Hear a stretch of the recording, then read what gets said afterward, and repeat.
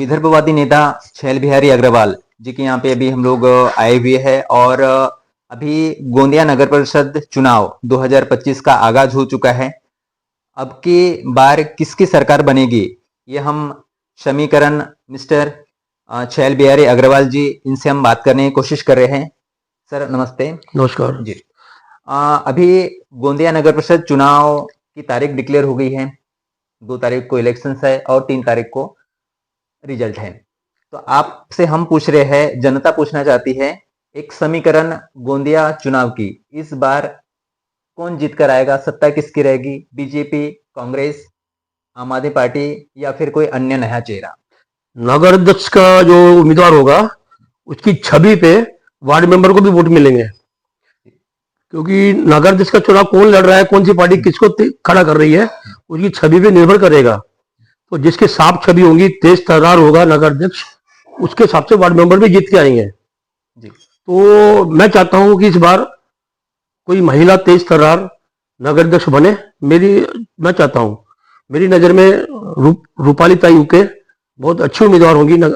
उसको कोई भी बड़ी पार्टी टिकट देवे, वैसे वो कांग्रेस के अलावा और कोई पार्टी की टिकट नहीं लेगी जी। कोई कांग्रेस की राष्ट्रीय महिला समिति में है वो, तो मुझे ऐसा लगता है कि कोई ना कोई महिला बनना चाहिए इस बार जी। तो अभी नगर अध्यक्ष के लिए बहुत सारे लोगों की होड़ मची हुई है। 22 प्रभाग है, 44 उम्मीदवार है और एक नगर अध्यक्ष। तो आपको क्या लगता है, इसका अभी का जो समीकरण जो बन रहा है वो अपनी अपनी बारी से सब लोग हाथ आजमा रहे हैं?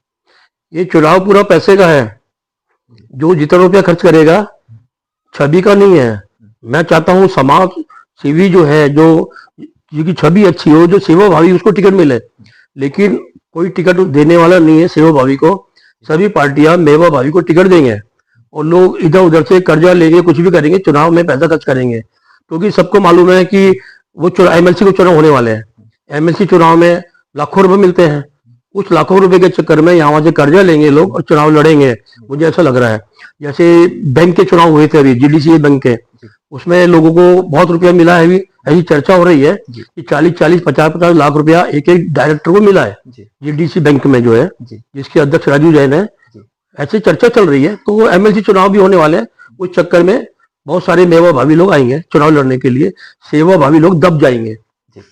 अभी गोंदिया नगर परिषद में ये भी चर्चाएं हो रही है लोगों के बीच में कि पिछले बार और अब जो नगर अध्यक्ष का चुनाव जीत के आएगा तो वो व्यक्ति जो है वो समाज कार्य न करते हुए ठेकेदारी में लग जाते हैं। बिल्कुल बिल्कुल, कहाँ तक सीख, बिल्कुल प्रथा चल रही है ना, ये तो प्रथा चल रही है। कमाओ खाओ, कमाओ खाओ, खाने दो, यही प्रथा चल रही है। गोंदिया शहर में डॉक्टर वाजपेयी थे नगर अध्यक्ष, हरे भाई पटेल थे, मनोहर भाई पटेल थे, प्रफुल्ल भाई थे, दामोदर अग्रवाल जी थे। इन लोगों को लोग नगर पिता कहते थे।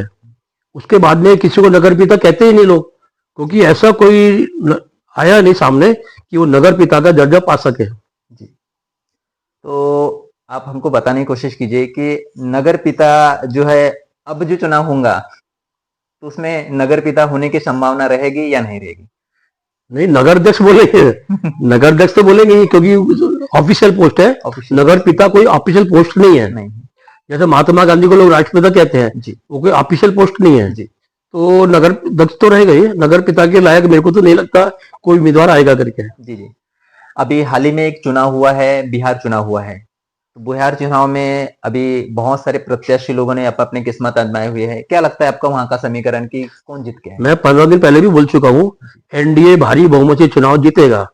अब मुख्यमंत्री कौन बनता है, वैसे तो नीतीश कुमार के चांस है, लेकिन मेरी दिली इच्छा है कि पासवान मुख्यमंत्री बने, क्योंकि चिराग पासवान तेज तर्रार है और बहुत ही अच्छा लड़का है, युवा है। मुझे ऐसा लगता है अगर 29 के चुनाव में बीजेपी को अच्छा बहुमत पाना है बिहार में, तो चिराग पासवान को मुख्यमंत्री बनाना चाहिए। लेकिन वो वोटों की राजनीति है, सत्ता बचाना केंद्र में, नीतीश कुमार को बनाना पड़ेगा, केंद्र में सत्ता बचाना है इनको। बाकी मेरी दिली इच्छा है चिराग पासवान मुख्यमंत्री बने जी। तो अभी एनडीए के ऊपर भी एक सवाल उठ रहा है कि संविधान को लेकर के बहुत सारी चर्चाएं हो रही है कि संविधान अगर बीजेपी अगर आती है तो संविधान बदल देंगे, समथिंग। ये बकवास, चीजें हो रही है। ये बकवास है। एक बार भी संविधान संशोधन बीजेपी ने नहीं किया। जी। एक बार भी नहीं किया है। जी। आज मोदी जी को कितने सालों के 11, एक बार भी नहीं किया है। जी। जबकि कांग्रेस पार्टी ने कम से कम 70 बार संविधान संशोधन किया है। जी।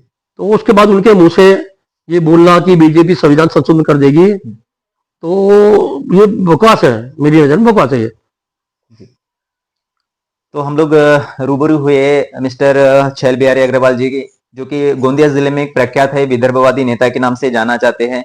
इनसे हम लोगों ने चर्चा की और चर्चा के दौरान हमें ये लगा कि यहाँ पे जो है अच्छे कार्य करने वालों को सत्ता मिलना चाहिए, और पिछली बार जैसे कि नगर अध्यक्ष के लिए अगर कोई भी चुनाव का लड़ता है तो समाज कार्य करना चाहिए, राजकारण न करते हुए सीधा सीधा अपना जो लोगों के जो प्रति है वो उनको जो एक संभावना है वो लगनी चाहिए। जहां तक कि अगर लोगों की बात की, नगराध्यक्ष की बात की, तो कोई भी व्यक्ति अगर नगराध्यक्ष बनता है तो ठेकेदारी में लग जाता है। ये सब चीजें नहीं होने के कारण बहुत सारे जो चीजें असमंजस में पड़ती है। कैमरामैन अरुण बनाटे के साथ जनहित मीडिया लाइव, गोंदिया।